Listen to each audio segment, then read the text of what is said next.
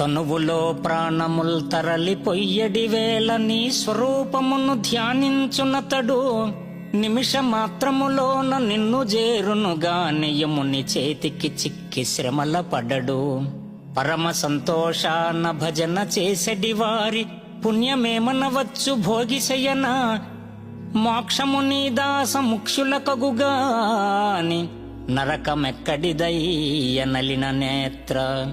కమలనాభని మహిమలు గానలేని తుచ్చులకు ముక్తి దొరకుట దుర్లభంబో. భూషణ వికాస శ్రీధర్మపుర నివాస దుష్ట సంహార నరసింహ దురిత దూర.